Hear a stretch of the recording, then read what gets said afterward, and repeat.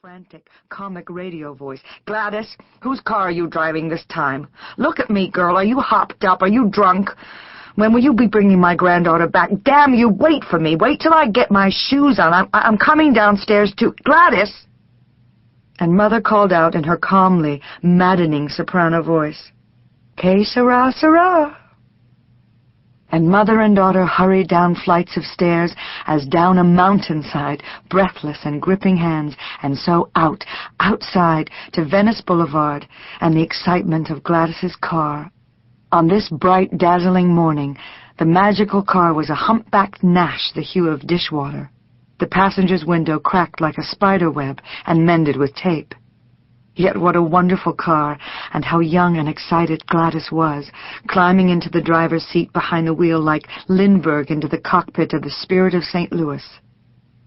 And revved the motor and shifted gears and pulled out into traffic even as poor Grandma Della burst out into the front stoop of the building. "Wait! Oh, you wait, crazy woman! Hophead! I forbid you! I'll call the police!" "Ignore your grandmother, dear. She is silent film and we are talkies." For Gladys, who was the child's true mother, would not be cheated of mother love on this special day, feeling stronger at last, and with a few bucks saved so Gladys could come for Norma Jeane on the child's birthday, as she vowed she would. This day, this birthday, would be the first that Norma Jeane would remember clearly. This wonderful day with Gladys, who was sometimes mother, or mother who was sometimes Gladys. A slender, darting bird of a woman with sharp, prowling eyes and elbows that jabbed you in the ribs if you got too close. Exhaling luminous smoke from her nostrils like curving elephant tusks, so you dared not call her by any name, above all not Mama or Mommy, those pukey cute titles which Gladys had long ago forbidden. This day of revelation Norma Jeane would recall through her life of 36 years, 61 days. Gladys was glancing at her daughter, whom she hadn't seen in, well, months, saying sharply, "Don't be so nervous. Don't squint as if I'm going to crash this car in the next minute. You'll make yourself need glasses, and that's the end for you. And try not to squirm like a little snake needing to pee. I never taught you such bad habits. I don't intend to crash this car if that's what you're worried about, like your ridiculous old grandma. I promise." Gladys cast a sidelong glance at the child, chiding, yet seductive, now saying in a husky, lowered voice, "Say, Mother has a birthday surprise for you waiting up ahead." Surprise?" Gladys sucked in her cheeks, smiling as she drove. Where are we going, Mother?" Gladys thumped both gloved hands against the steering wheel. "Where are we going? Listen to you, as if you've never been in your mother's Hollywood residence before." Norma Jeane smiled in confusion, trying to think, had she? The implication seemed to be that Norma Jeane had forgotten something essential. This was a betrayal of a kind, a disappointment. Yet it seemed that Gladys moved frequently. Sometimes she informed Della, and sometimes not. There were problems with landlords and fellow tenants. There were money problems and maintenance problems. Always, however, Gladys lived in Hollywood, or West Hollywood. Her work at the studio demanded it. Because she was a contract employee at the studio, her life didn't belong to her. Gladys had had to board out her daughter, since Norma Jeane was an infant of only 12 days, mostly with the child's grandmother, for $5 a week plus expenses. It was a damned hard life. It was grueling. It was sad. But what choice had she, working such long hours at the studio, sometimes a double shift at her boss's beck and call? How could she possibly take on the care and burden of a young child? This morning, Norma Jeane saw that Gladys was in one of her up moods. Distracted, flamey, funny, unpredictable.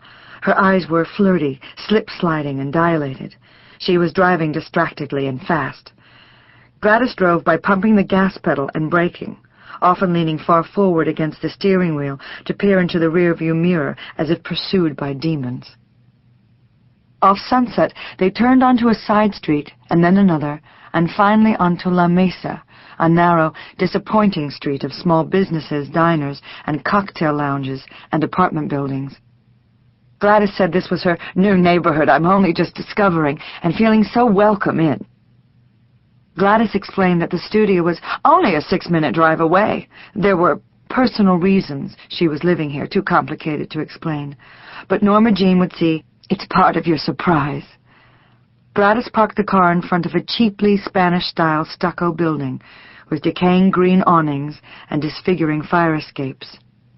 The Hacienda. Rooms and efficiency apartments, weekly, monthly rental, inquire within. The street number was 387. Norma Jeane stared, memorizing what she saw. She was a camera, taking snapshots. One day she might be lost and have to find her way back to this place she'd never seen before, until this moment.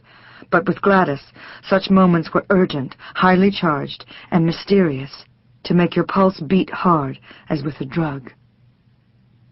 Gladys saw the look on Norma Jeane's face that Norma Jeane herself could not see, and laughed.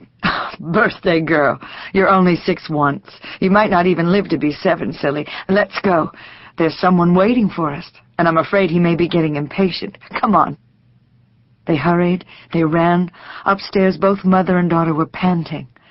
Gladys unlocked the door of her residence, which turned out to be not very different from the former residence Norma Jeane vaguely recalled. There were the 3 cramped rooms with stained wallpaper and stained ceilings, narrow windows, sheets of loose linoleum on bare floorboards, and dishes in the sink, and shiny black roaches like watermelon seeds scuttling away noisily at their approach. Tacked to the kitchen walls were posters of films with which Gladys had been involved, and of which she was proud. Kiki, with Mary Pickford, All Quiet on the Western Front, with Lou Ayres, City Lights, with Charlie Chaplin, at whose soulful eyes Norma Jeane could stare and stare, convinced Chaplin was seeing her. Familiar, too, was the airless heat of the apartment, for Gladys didn't believe in leaving windows open even a crack while she was away. The pungent odor of food smells, coffee grounds, cigarette ashes, perfume, and that mysterious, acrid chemical odor Gladys could never entirely wash away, even if she scrubbed at her hands with medicinal soap and made them raw and bleeding. Yet these smells were comforting to Norma Jeane, for they meant home, where Mother was.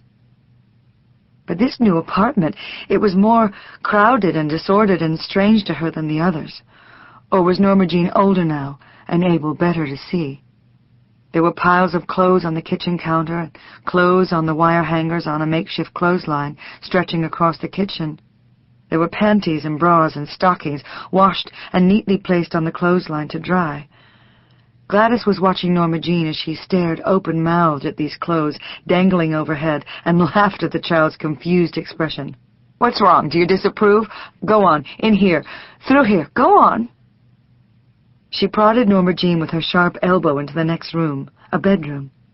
Gladys was excited, breathing quickly, and watching as Norma Jeane glanced anxiously around. For where was the surprised person?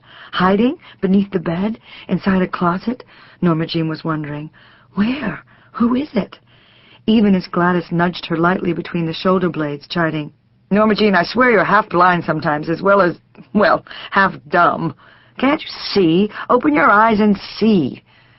That man is your father." Now Norma Jeane saw where Gladys was pointing. It was not a man, it was a picture of a man, hanging on the wall beside the bureau mirror.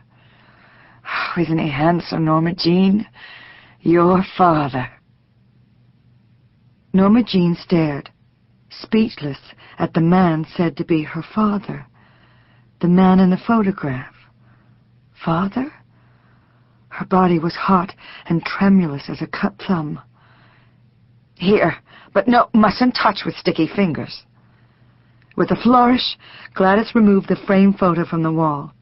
It was a real photo Norma Jeane could see, glossy, not something printed like the publicity posters or a page torn from a magazine. Gladys cradled the photo in her glamorously gloved hands, at about Norma Jeane's eye level, yet far enough from the child that she couldn't have touched it without effort. As if at such a time Norma Jeane would have wished to touch this, knowing from past experience, too, not to touch Gladys's special things. He's my father?" "He certainly is. You have his sexy blue eyes.